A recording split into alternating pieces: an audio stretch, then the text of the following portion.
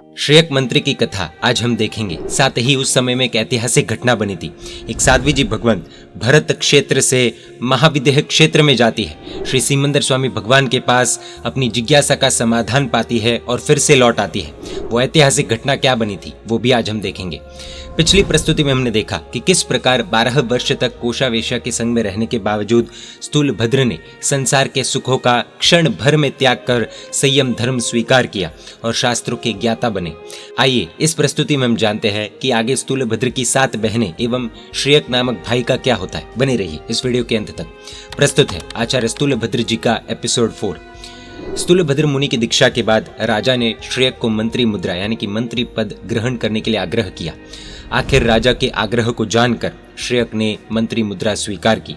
श्रेयक न्याय व नीति पूर्वक राज्य के कार्यभार को वहन करने लगा। कुछ समय के बाद आचार्य श्री संभूति विजय जी महाराज साहब के वैराग्यपूर्ण धर्म उपदेश को सुनने से श्रेयक के मन में भी असार संसार के प्रति वैराग्य भाव उत्पन्न हुआ और वो दीक्षा लेने के लिए तैयार हो गया। चारित्र धर्म अंगीकार करने की श्रेयक की इच्छा जानकर उसकी 7 बहनें भी दीक्षा लेने के लिए तैयार हो गई और एक शुभ दिन श्रेयक ने अपने पुत्र श्रीधर को मंत्री पद प्रदान कर एवं राजा की आज्ञा प्राप्त कर अपनी 7 बहनों के साथ संसार के बंधनों का परित्याग कर जैन दीक्षा अंगीकार कर ली।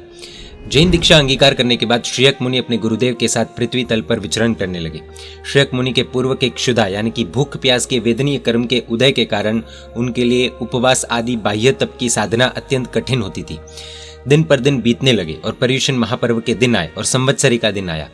श्रेयक मुनि प्रतिदिन नवकार्सी का पचखान करते थे यानी कि सूर्योदय के 48 मिनट होने के बाद ही कुछ वापरते थे। उस दिन श्रेयक मुनि की बहन साध्वी यक्षा ने उन्हें कहा, बंधु मुनिवर, आज वार्षिक पर्व का दिन है यानी कि संवत्सरी महापर्व है, अतः रोज की अपेक्षा कुछ विशेष तप आराधना करनी चाहिए क्योंकि पर्व दिनों में दान पुण्य तप आदि करने से विशेष लाभ होता है। बहन साध्वी जी की प्रेरणा से श्रेयक मुनि ने उस दिन पोरसी करने का निश्चय किया। पोरसी के समय पुनः यक्षा साध्वी जी ने प्रेरणा दी। इसके फलस्वरूप श्रेयक मुनि ने साढ़पोरसी करने का यानी कि कुछ और समय तक नहीं वापरने का, नहीं खाने का निर्णय लिया।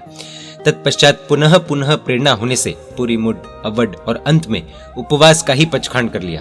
नवकार्सी, पोरसी, पुरीमुड, अवड आदि ये सब दिन का एक समय है। जिस तरह सूर्योदय के 48 मिनट के बाद नवकार्सी आती है, उसके कुछ समय के बाद पोरसी आती है, उसके कुछ समय के बाद पुरीमुड आदि, इस तरह से।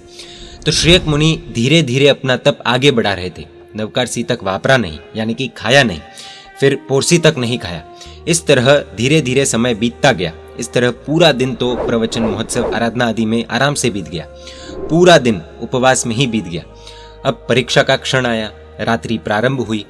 श्रेयक मुनि की अत्यंत क्षुधा यानी कि भूख के कारण नींद हराम हो गई और अंत में उस रात्रि में पंच परमेष्टि भगवंत का स्मरण करते हुए अत्यंत समाधि पूर्वक श्रेयक मुनि काल धर्म को प्राप्त हुए यानी कि उनकी मृत्यु हो गई। सुबह होने पर जब यक्षा साध्वी जी को इस बात का पता चला तो उन्हें अत्यंत ही आघात लगा। उन्होंने श्री संग को कहा, मैंने बिना सोचे समझे ही श्रेयक मुनिवर को उपवास करवा दिया और उसी कारण उनका देवलोक गमन हो गया। अतः मुझे मुनि हत्या का पाप लगेगा। मैं इस पाप से कैसे छूट पाऊंगी? अहो, मुझे नरक में जाना पड़ेगा। मैं किसी को मुंह दिखाने योग्य नहीं हूं, अतः मैं आत्मघात करके मर जाऊंगी। श्री संग ने यक्षा साध्वी जी से कहा, इसमें आपका कोई दोष नहीं है साध्वी जी भगवंत। आपने तो श्रेयक मुनि के हित के लिए ही उनसे उपवास करवाया है, अतः आप निर्दोष हो, आपको तो पुण्य होगा। यक्षा साध्वी जी भगवंत ने कहा, मैं जिन वचन के बिना मानने के लिए तैयार नहीं हूँ। यदि साक्षात जिनेश्वर भगवंत तीर्थंकर परमात्मा मुझे कहे तो ही मेरा संदेह दूर हो सकता है, नहीं तो मैं अपने द्वारा हुए इस पाप के कारण आत्मघात करने के लिए तैयार हूँ। उसी समय एक ऐतिहासिक घटना घटी। समस्त संघ ने अत्यंत भावपूर्वक कायोत्सर्ग किया यानी कि ध्यान किया, जिसके प्रभाव से शासन देवी प्रकट हुई। श्री संघ ने शासन देवी को सभी घटनाएं बताई और कहा कि आप साध्वी जी भगवंत को महाविदेह क्षेत्र में विराजमान वर्तमान तीर्थंकर श्री सिमंदर स्वामी भगवान के पास ले जा सकती है। शासन देवी ने कहा, हाँ, लेकिन मेरे पुनः वापस आने तक समस्त श्री संघ को कायोत्सर्ग करना होगा, जिसके बल से मैं निर्विघ्न साध्वी जी भगवंत के साथ वापस आ सकूं। श्री संघ ने यह बात स्वीकार कर ली और शासन देवी यक्षा साध्वी जी भगवंत को महाविदेह क्षेत्र में विहरमान तीर्थंकर श्री सिमंदर स्वामी भगवान के पास ले गई। यक्षा साध्वी जी भगवंत ने श्री सिमंदर स्वामी भगवान के आगे अपने पाप का निवेदन किया। श्री सिमंदर स्वामी भगवान ने यक्षा साध्वी जी से कहा, तुम निर्दोष हो। और श्रीयक मुनि तो उपवास के प्रभाव से कर्मों की अपूर्व निर्जरा करके आयुष्य समाप्ति के साथ प्रथम देवलोक में गए हैं और भविष्य में वे मोक्ष में जाएंगे।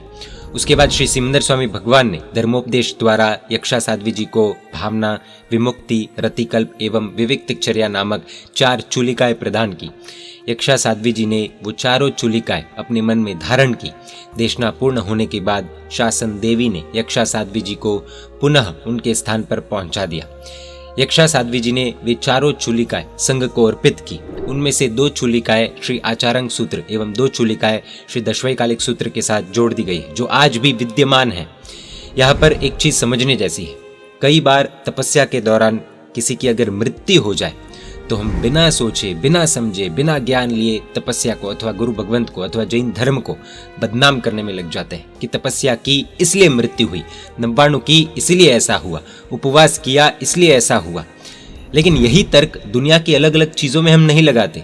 श्रीयक मुनि के जीवन प्रसंगों पर प्रकाश डालने से उनके जीवन की कई विशेषताएं हमें पता चलती है। नंद राजा की ओर से सामने से मंत्री मुद्रा ग्रहण करने का आमंत्रण होने पर भी स्वयं इनकार करना और अपने बड़े भाई स्थूलभद्र को मंत्री पद प्रदान करने की विनंती करना। जैन दीक्षा अंगीकार करने के बाद कैपेसिटी नहीं होने के बावजूद एकमात्र बहन साध्वी जी भगवंत की प्रेरणा से संवत्सरी महापर्व के पवित्र दिन उपवास तप की साधना की। वैसे तो उनके लिए उपवास तप की साधना अत्यंत कठिन थी, लेकिन फिर भी बहन साध्वी जी की आत्मीय प्रेरणा को स्वीकार कर श्रीयक मुनि ने अपने विनय गुण का परिचय दिया। भूख प्यास की तीव्र वेदना में भी उन्होंने समता नहीं खोई और आर्त ध्यान या रौद्र ध्यान किए बिना, बहन साध्वी जी पर क्रोध किए बिना समता धारण करके पंच परमेष्टि का स्मरण करते हुए सद्गति प्राप्त की। स्थूलभद्र मुनि ने जिस कोषावेश्या के साथ 12 साल व्यतीत किए थे, लेकिन दीक्षा के बाद मुनि बनने के बाद वे दोबारा कोषावेश्या के यहाँ क्यों गए, वो ऐतिहासिक घटना हम अगले एपिसोड में देखेंगे। जय जिन शासन, जय महावीर।